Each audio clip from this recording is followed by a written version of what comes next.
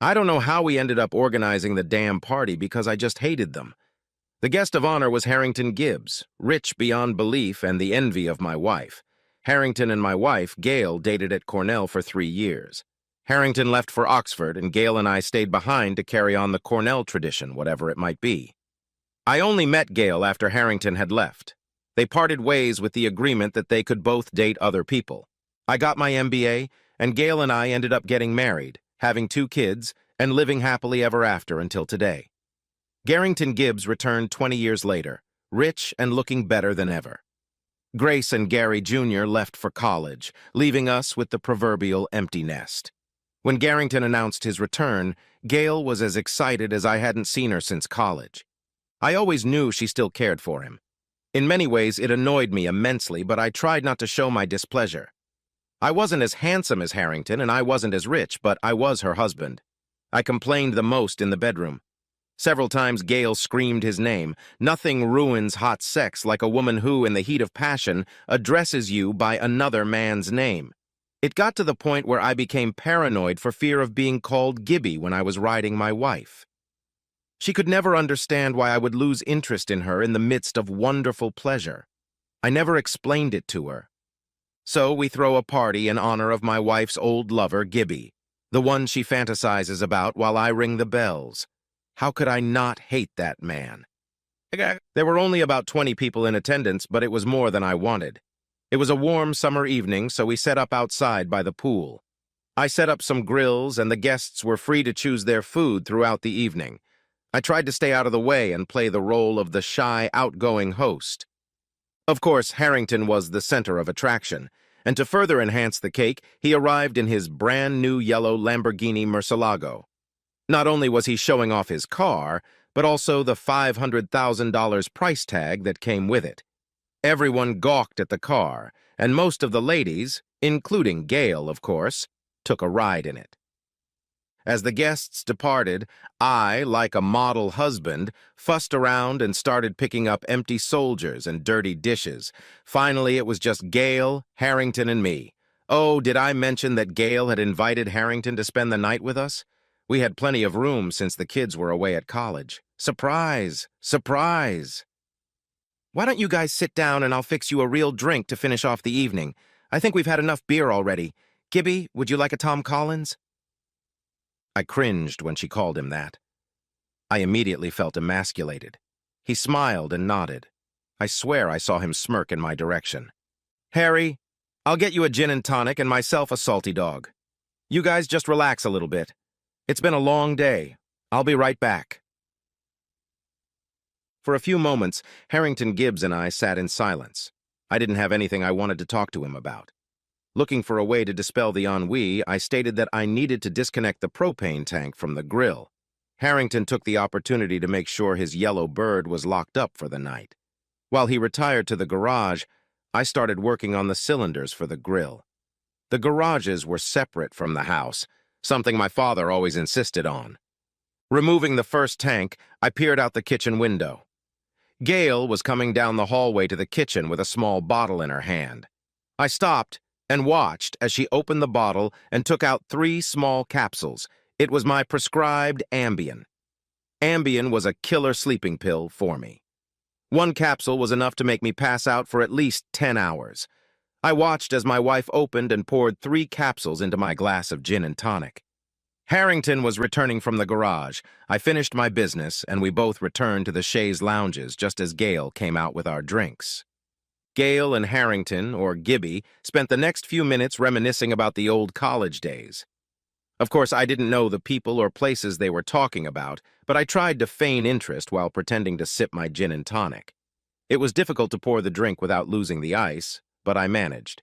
As the drink cooled, I noticed Gail and Harrington exchanging glances. I purposely began to lose interest in their conversation and started to relax. With one last false note, I finished my late-night cocktail, set the empty glass on the table, and made myself comfortable in the living room. I swear I could hear Gail giggling. They waited at least 20 minutes, and then they both gently lifted me into their arms and carried me into the bedroom. I made a few inarticulate noises, which made Gail giggle again as they removed my shoes. 10 minutes later, I was awake and fully conscious. I was amazed at how clear and determined I felt. I put my shoes back on and walked down the hall. Gail and Harrington were in Grace's room, and from the sounds they were making, you could guess what they were doing. I wondered for a moment if Gail had accidentally called Harry. I could easily walk into the room and end it all right there, but that wouldn't be any fun at all. When I got to the garage, I wasn't sure what I was going to do. I wanted to push the Lamborghini out of the garage, but it was locked and I didn't have the key. The sunroof was open, so I reached inside and opened the driver's door. Now I could drive to work, but I still couldn't push it open. I started with 3 old cans of lighter fluid. I didn't have a charcoal grill anymore. 2 cans inside and 1 on the roof. I opened the trunk and hood for better access. Boy, that V12 was beautiful. I had 1 gallon of paint thinner for the engine compartment and refilled it with a couple cans of Coleman fuel. When I went around the garage, I was surprised at the treasures I found. A half-gallon of kerosene went in the back seat. An unfilled can of turpentine covered the inside of the trunk. I poured a gallon of muriatic acid on the roof of the car, which made no sense since I was going to burn it anyway. To top it off, I threw a small box of leftover fireworks inside, mostly Roman candles and rockets. It would be a shame to lose Gail's Volvo and my Jeep Liberty, but it was worth it. I stood in the doorway at the far end of the garage and tossed a lit railroad rocket in there. It took me less than a minute to get back into the house and into the bedroom. Inside, the garage was lit up like Christmas. Gail and Harrington were still busy with it when I walked past their room. I took 4 Ambien capsules out of the bottle and swallowed them. At the last minute, I took another one. I wanted to make it look like I had overdosed. I laid down on the bed and started laughing quietly to myself. The next thing I remember is some guy shining a light in my eyes and muttering something like, "He's alive! He's alive!" There was a lot of commotion as I was dragged out of the house and into the back of an ambulance. I was conscious enough to realize that someone had cut a hole in my throat and put something in the hole. I realized I couldn't swallow and that I smelled like an old Boy Scout campfire. I remembered that smell. Something was burning. There were cops and firemen and medics. Someone stuck a needle in my arm. Grace and Harry Jr. were sitting in my room when I woke up. I looked out one eye to see what was going on and noticed them there. "What's going on, guys?" "Dad, you're awake. Hold on, I'll get the nurse." Gary left the room and Grace came over and sat down next to me. "How are you feeling?" "I feel like shit." "What happened?" I knew what had happened, but I couldn't tell anyone about it. "You overdosed on sleeping pills. You had a bad reaction and it almost killed you." "What the hell are you talking about? I haven't taken sleeping pills in weeks." Grace looked a little shocked when I said that. The nurse, who had returned with Gary, smiled. "Well, Mr. Crenshaw, I can tell you that you look much better than you did last night." "What the hell happened to me?" "The best we can tell is that you took too many pills and they didn't work for you." "I didn't take any pills. I had a couple beers and 1 gin and tonic last night. That's about it." My nurse just tilted her head and looked at me strangely. "So what did they find on me? What pills?" She picked up the chart lying on the edge of the bed and gave it a quick glance. "It says here that you swallowed Zolpidem." "What's that in English?" "A sleeping pill. I have a prescription for Ambien, but I didn't take it last night." "Mr. Crenshaw, I think you'd better talk to other people about this. I'm in no position to discuss it with you. I'm glad you're looking better. I'll let the doctor know." Grace went back to the bed and Gary came out with the nurse. "How did you get here?" "Mom called Gary and he picked me up on the way home. By the way, where's your mom? Shouldn't she be here?" "She's talking to the police about the fire." "What fire? Was I asleep during the fire?" "The garage burned down. The house is fine." "Was anyone hurt?" "Just you." I hate to say it, but I'm a little confused. I looked out the room window into the hallway.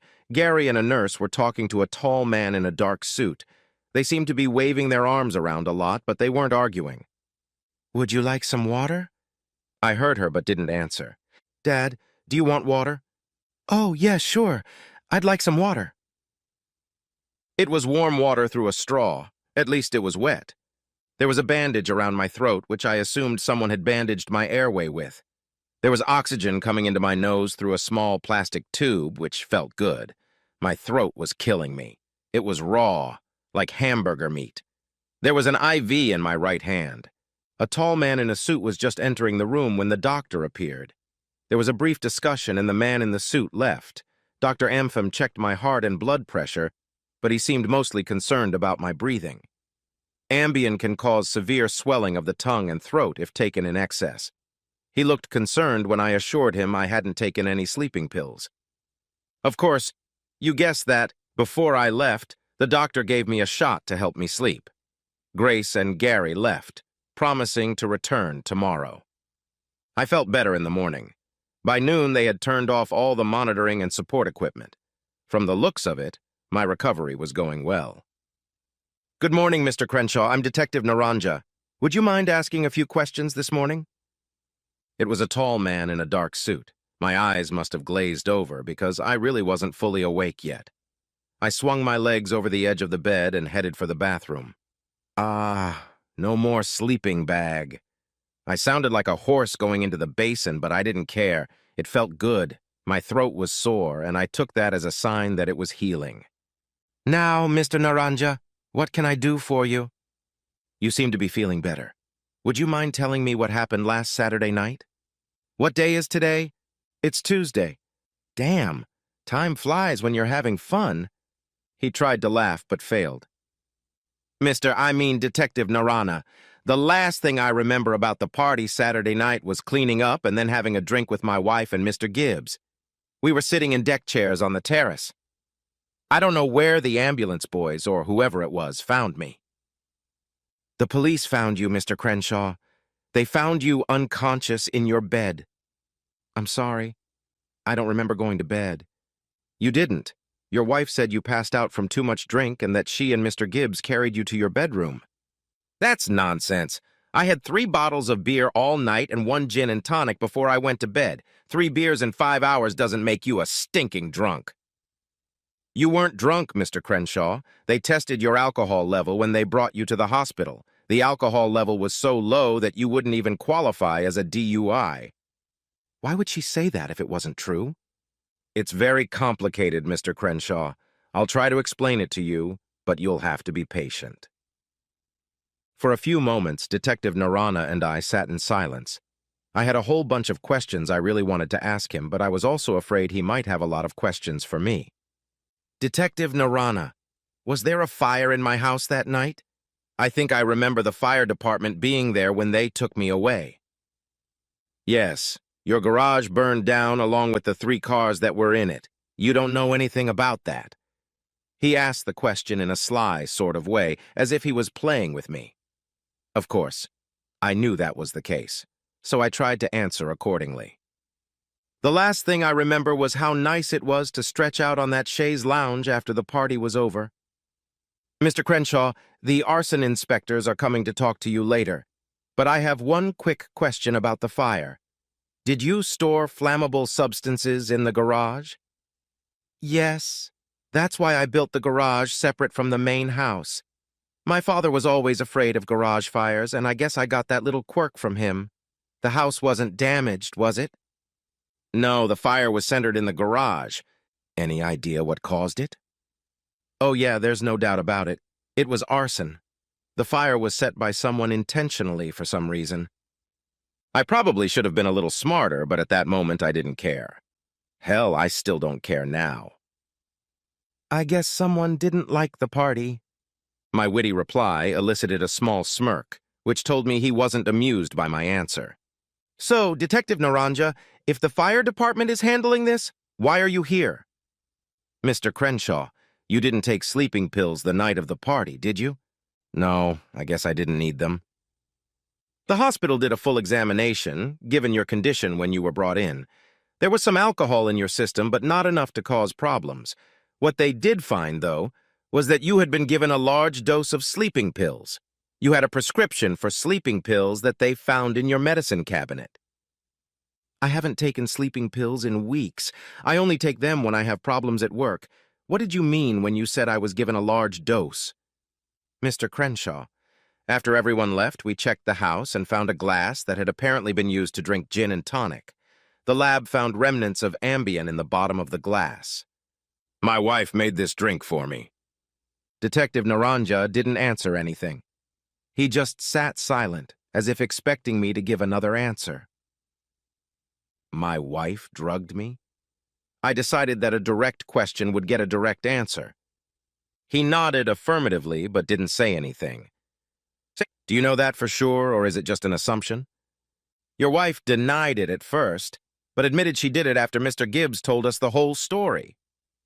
Are you saying that Harrington Gibbs and my wife conspired to drug me? Why? The question made Detective Naraja squirm slightly in his seat. He was professional in his approach to the investigation, but seemed hesitant to tell me that my wife had drugged me so I could have sex with another man. I decided to let him off the hook. Never mind. I think I know the answer.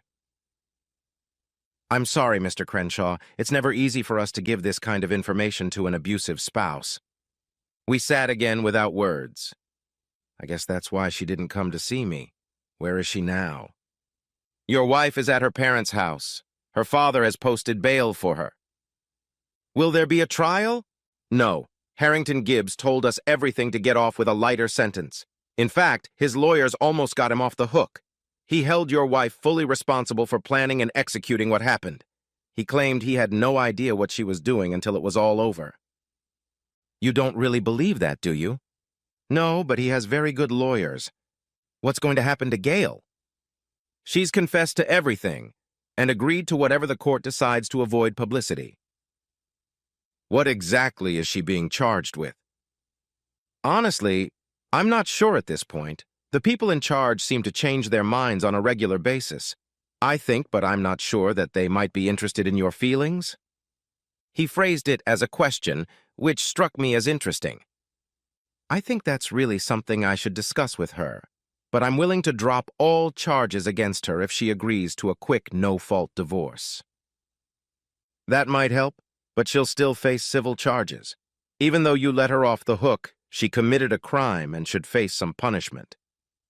I'll see what you can do for her. I'll contact my attorney as soon as I can. What's going to happen with the fire? He shrugged, rising from his chair. I guess I'll have to wait until I talk to the fire department officials.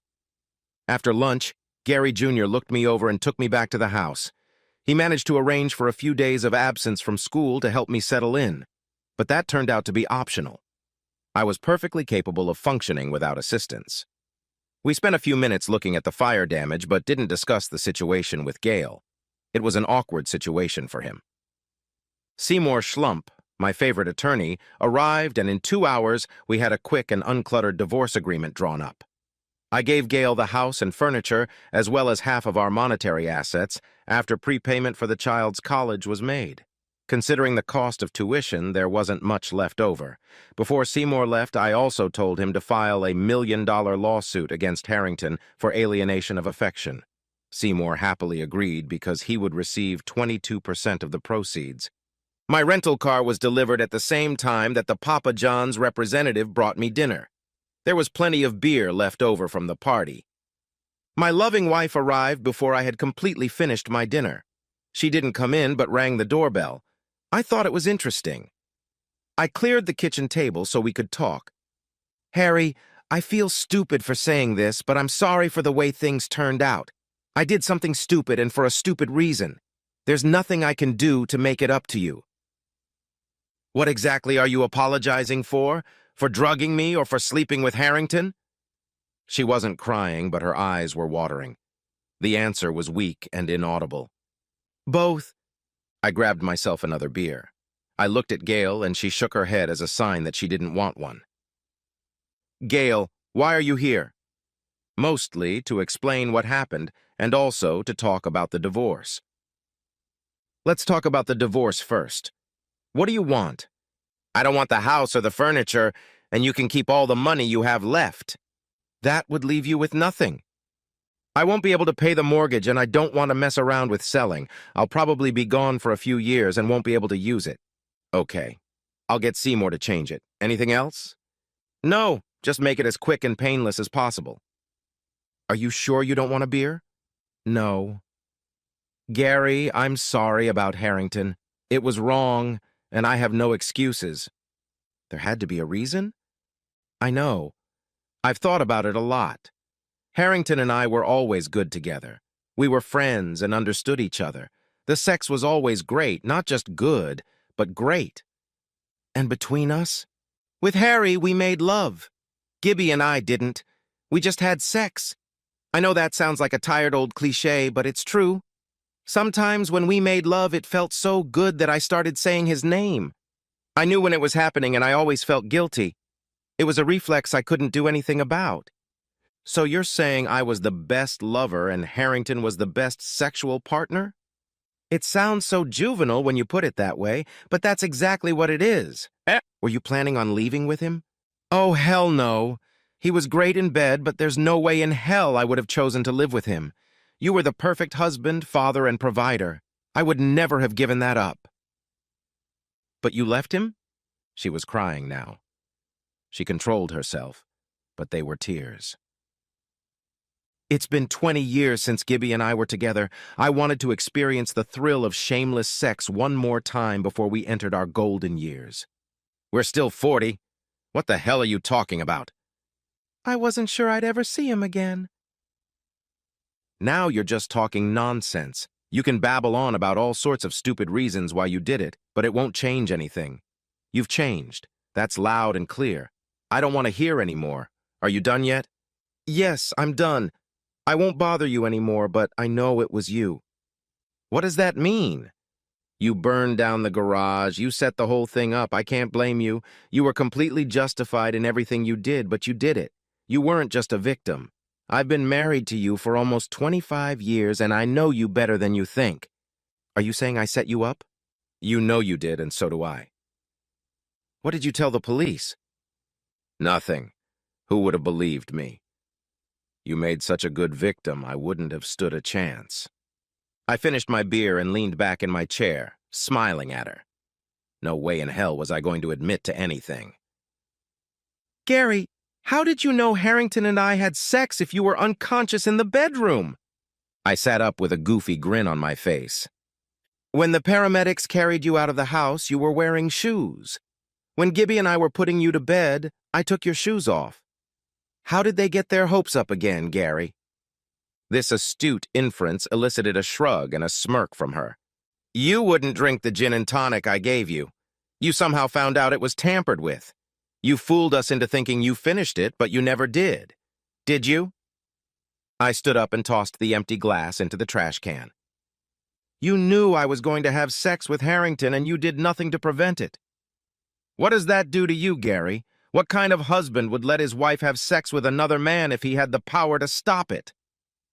Her whiny facade was replaced by arrogance. It wasn't pretty. Okay, I get it now. It's all my fault because I didn't stop you. You set this whole thing up to have an orgy with your ex-boyfriend, and now it's all my fault because I didn't stop you. The arrogance disappeared as quickly as it had appeared. Oh my God! I didn't say that? I didn't say that, did I? I'm so sorry, Gary. That's not what I meant. When I said it, I wasn't thinking. I didn't mean it. Honestly. I got up from the table and started to walk out of the room. I turned slightly to look at her. I think you should leave. I've had enough comforting for one night. I heard her crying as I walked to the bedroom. A few minutes later, I heard the front door close. 3 months later, I was a single man. I sold the house but made nothing on the deal. Gail received a 3-year sentence for conspiracy to commit a felony, but it was revoked on my recommendation. She now lives with her parents and works at a local bank. Harrington was more than happy to settle the lawsuit for $500,000. Anyway, I ended up with less than $400,000. Now I could see why Seymour was smiling. Harrington disappeared to his estate in Cornwall where he bred polo ponies. I don't think he ever contacted Gail again. Once everything was sorted out, I was able to arrange a transfer within the company to Dallas.